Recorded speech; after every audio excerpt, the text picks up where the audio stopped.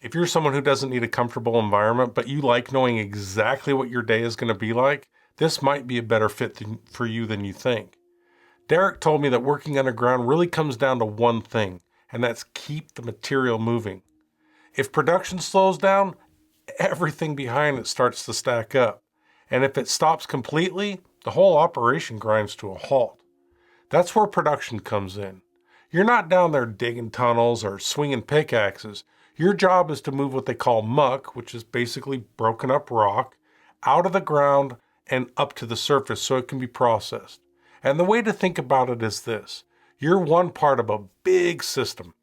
Geologists figure out where the ore is.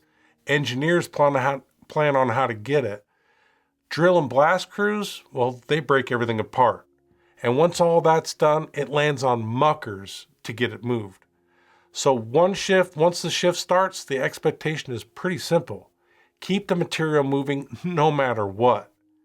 This is a solo-oriented environment. The crew is there, of course, but the work, it's internal. You're not there to connect. You're there to produce. If you need people around you to feel like the day is working, this job is going to wear on you in ways you won't see coming. The day starts pretty early. You're getting picked up around 4:15 in the morning, and by the time you get to the mine, it's still dark out. First thing you're doing is a crossover meeting, which is basically going over what happened on the last shift, what equipment might be down, and as well as anything else that might affect production that day. Then there's the full crew meeting where you go through safety, job assignments, and which areas are active, because once people go underground, everything needs to be clear. After that, you head underground. You're driving down into the earth around 2 miles on a slope in a diesel truck. It's not straight down, but it's steep enough and deep enough that once you're down there, you know you're in. There's different levels as you go too. They branch off on all different directions and everything is lit. But it doesn't feel like the outside world anymore. Once you get down there, the shift kind of settles into a rhythm. Loaders are pulling material out of the blasted areas. Hauling trucks are moving it to the surface. And you're watching all of it and adjusting as things change. Because something down there's always changing. A loader goes down, a truck gets out of position, and equipment, well, it breaks. And now you're moving people around and trying to keep things flowing.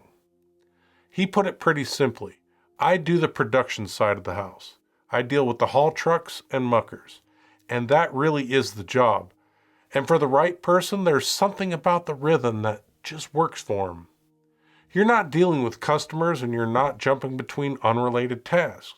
You're focused on one thing, and that's keep the system moving. And when everything's running the way it should, the whole day just kind of flows. The pressure doesn't really hit you right away. It shows up when things stop working. He said it's like this. When all the trucks are broken, you're just scrambling. That's when the job changes. You're not following a plan anymore. You're adjusting in real time. You're moving people around and reassigning equipment, trying to recover production while everything else and everyone else, they're still running. There's no pause button either. You're still expected to produce even when nothing is going right. And the environment, well, that adds to that. You're underground. It's dusty. It's confined. And you're constantly monitoring gases and the ground itself. And it's not always stable. He said ground failure, it's always a background concern.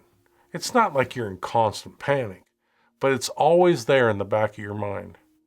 You're wearing monitors, staying alert in a place that never really feels like the surface. Then there's the repetition. The job looks pretty similar day to day. Same start, same process, same kind of work.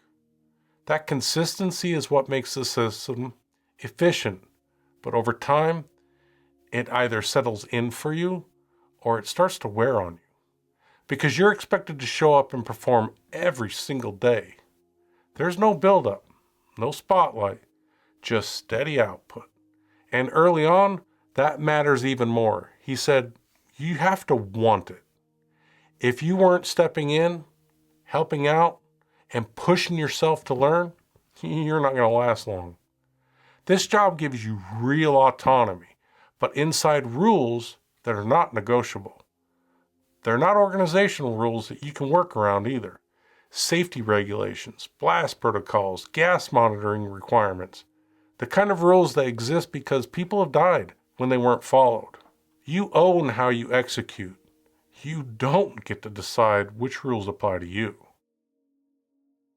Now we're going to discuss one of the main reasons people even look at this job. The pay, it's strong, and you don't need a degree to get started. Most people come in with a high school diploma or a GED, and from there it's about getting hired and proving you can handle the work. There's not really a clear path into it. You apply, you keep applying, and it definitely helps if you know somebody already working in the industry. Starting out, most entry-level underground production roles are somewhere in the range of $60,000 to $80,000 a year, depending on the mine, location, your union status, and of course the overtime hours. As you gain experience and move up, that can climb into the $90,000 to $130,000 range or even higher, especially in bigger operations with extended shifts and bonuses. He summed it up pretty simply. You can make a really good living, but you're gonna earn it. Most places run on a rotating schedule, something like 5 days on, 4 days off, then 4 days on, 5 days off. Over time, that works out to roughly half of the year on shift, but half of the year off. But when you're on, you're on. You're working 10 to 12-hour days, underground, and you're locked into the work the whole time. This job really fits a specific kind of person. It tends to work well if you're comfortable operating inside of a structured system and you don't need constant variety to stay engaged. If you can stay constant through the long shifts, take direction without hesitation, and you're steady, both physically and mentally, it can be a really good fit. You also have to be okay with working in an environment that isn't exactly comfortable, but it is predictable. On the flip side of that, it's probably not a great fit if you need a lot of interaction with people, or if you rely frequently on change to stay motivated. If repetitive work drains you, or if you hesitate when something needs to get done and you're expected to step in right away, this job can be tough. Because at the end of the day, the job doesn't adapt to you.